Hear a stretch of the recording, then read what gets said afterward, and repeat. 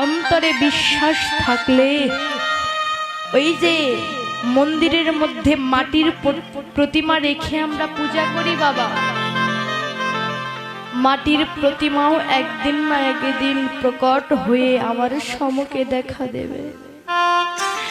ভগবান বলেছে আমি সহ্য করতে পারি না ভক্তের নয়নের জল।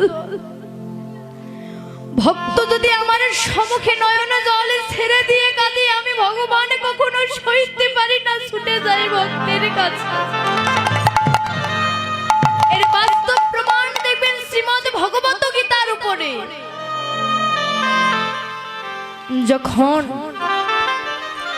অর্জুন মিশ্র